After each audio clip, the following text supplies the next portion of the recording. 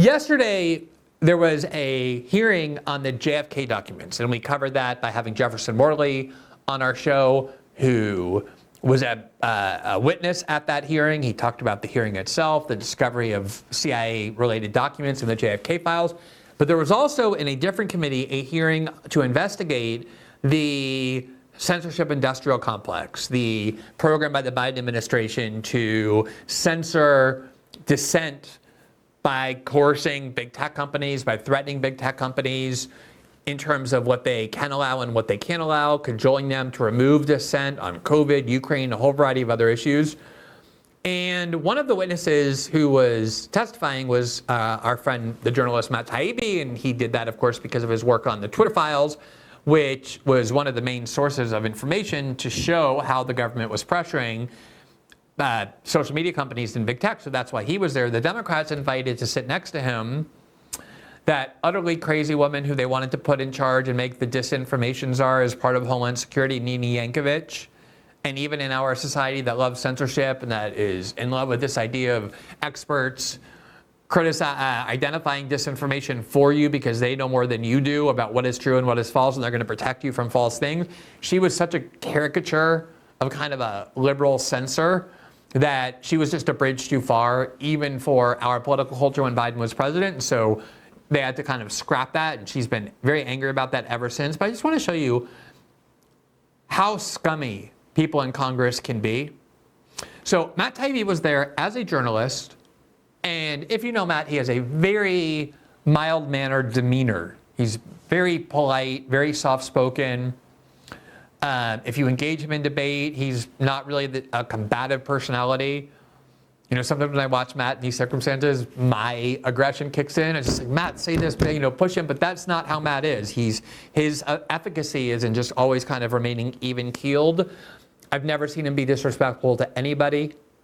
So, of course, if you're going to denounce the censorship regime of Joe Biden, you're going to have Democrats who are going to be angry at you, even though it's, again, something that had been so fundamental to left liberal politics for decades, the idea of free speech. Now it's not at all. So Matt Taibbi was there. He got invited. He went to testify in Washington, left his family, left his kids to go do it. And here's the ranking member of that committee. Her name is Sydney Kamlager-Dove. She's a member of Congress, a Democratic member of Congress. And here's what she did in response to Matt's testimony. Majority is relitigating a made-up conspiracy theory about a part of the State Department that no longer exists to distract from the dumpster fire foreign policy this administration is pursuing and elevating a serial sexual harasser as their star witness in the process. Mr. Chair, I request unanimous consent to enter into the record 2 articles about the Republican witness Matt Taibbi. The first is a Chicago Reader article entitled, 20 years ago in Moscow, Matt Taibbi was a misogynist a-hole and possibly worse, and a Washington Post article titled, The 2 Expat Bros Who Terrorized Women Correspondents in Moscow. Without objection. This hearing could not be more out of touch with the concerns of... Okay, do you see how scummy that is? 20 years ago in Moscow, according to newspapers, and these were old newspaper articles, so now it's 25 years ago, almost 30 years ago, Matt Taibbi terrorized women. This all came from a work of fiction that Matt Taibbi's partner, Mark Ames, wrote. And it was like the newspaper Exile that they had, an extremely satirical newspaper. They were quite young. Matt, kind of in particular got known for a sort of raucous style of writing. I remember reading him when I was in law school or even as a lawyer in the New York Observer, the New York Press. He had a column there, and it was very, it was very satirical. It was very ironic. But this book in particular was fiction. It was a work of fiction. And a lot of articles that came out right when Matt Taibbi had a new book out were designed to depict him as some sort of misogynist, like a victim of the Me Too movement, or a perpetrator or predator of the Me Too movement. And then once these newspaper articles ran, several of them ended up retracting the article because the thing that was missing from Matt Taibbi's reign of terror against women in Moscow was a single woman who identified herself as his victim. No one ever complained about Matt Taibbi in any way. There's no woman to this day who has ever said, oh, Matt Taibbi harassed me, he treated me inappropriately.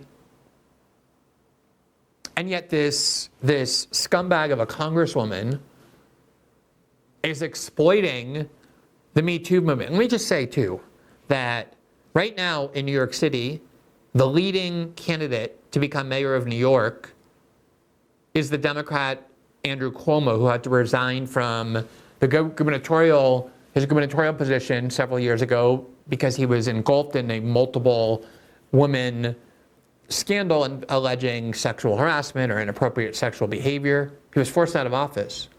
And the entire Democratic establishment is now going to align behind Andrew Cuomo because they don't actually care at all. They were actually victims, alleged victims. They're rising up and saying, yes, he treated me improperly.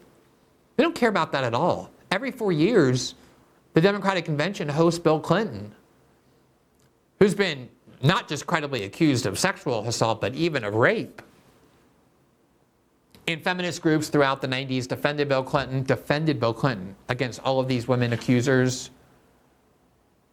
Hillary Clinton demeaned their character, attacked the victims.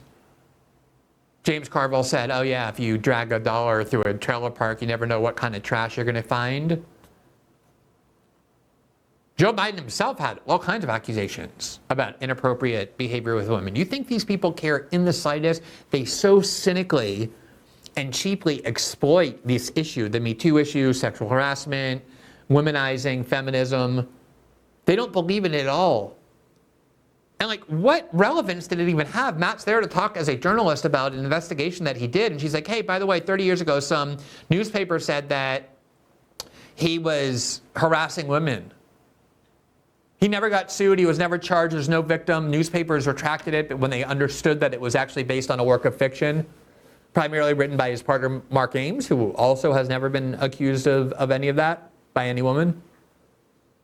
But they'll just whip it out because they just want to demean and malign anybody who criticized Biden's censorship regime. And here's the rest of what she said.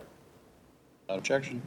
This hearing could not be more out of touch with the concerns of everyday Americans. People's retirement savings are being decimated as Trump's arbitrary temper tariffs tank the stock market. They are staring down the barrel of cuts to their Social Security and Medicare because the Republican majority wants to give a tax break to billionaires like Elon Musk, who have deep financial ties to our adversaries. Meanwhile, Trump is siding with Putin against our national security interests and risking the lives of American soldiers in a Signal group chat. I've been to the State Department, and I do have concerns about censorship of the employees who are terrified to say the wrong thing, to say anything, or have the wrong word in their job title and be terminated by an administration that publicly relishes punishing people for their speech. If we want to talk about censorship, we should begin with Trump's unprecedented assault on the First Amendment and rule of law. Okay, first of all, these people are such frauds, it makes me sick. It makes me sick. It is the left liberal establishment in the West that has largely imposed this censorship regime. It came from 2016 by the dual traumas for Western liberalism of the British people voting to leave the EU in contempt of the Brussels bureaucrats that rule their lives, followed 3 or 4 months later by the shock of Trump's victory over the ultimate establishment maven, Hillary Clinton. And after that, they decided, all of them, that they could not afford free speech. They could not permit free speech anymore on the internet, because when you do so, you can't control how people vote. And they concocted a whole new industry called the disinformation industry, a whole expertise they fabricated out of whole cloth, disinformation experts that really does not exist. And none of these people pretended to believe in free speech. None of these people have any concern about it.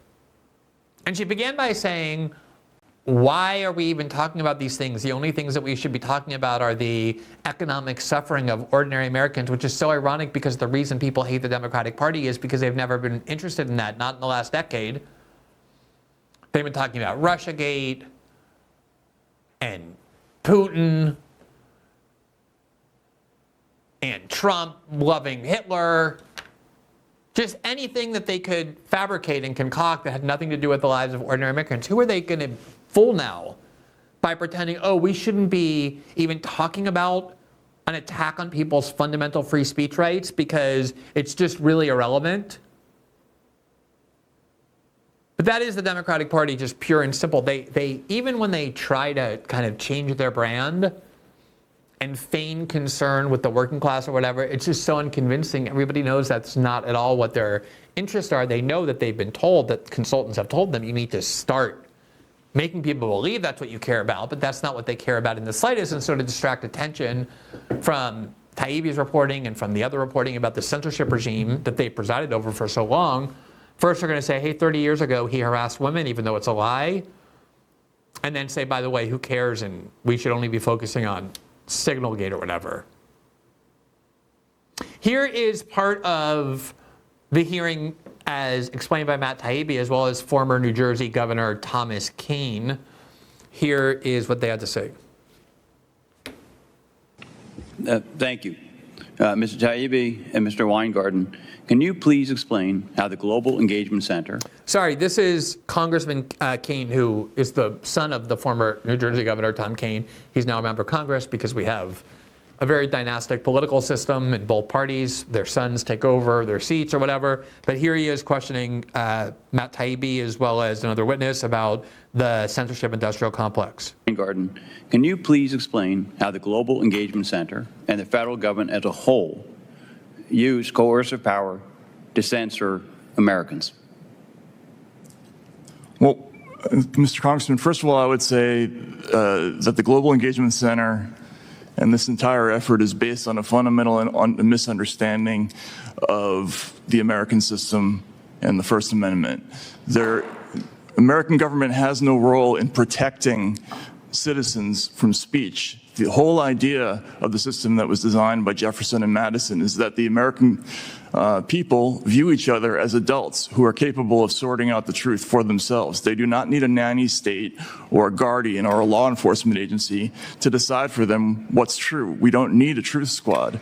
And that's exactly what GEC was designed for. It was designed to suppress any information that countered national policy and to identify people who may have had opinions that were controversial or unwanted as foreign inspired, when in fact they had no connection whatsoever to foreign governments, which is both slanderous and detrimental to the First Amendment.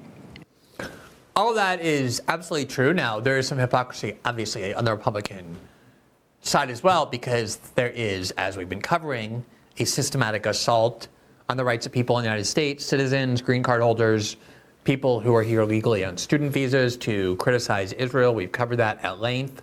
That's a whole different type of censorship regime that is at least as menacing as the one they're talking about here. But just for reporting on this, Matt Taibbi is so hated by the Democratic Party, which used to pretend to have free speech as one of its core values, that they're willing to try and demean his character even with no foundation. All right. Thanks for watching this clip from System Update, our live show that airs every Monday through Friday at 7 p.m. Eastern, exclusively on Rumble. You can catch the full nightly shows live or view the backlog of episodes for free on our Rumble page. You can also find full episodes the morning after they air across all major podcasting platforms, including Spotify and Apple. All the information you need is linked below. We hope to see you there.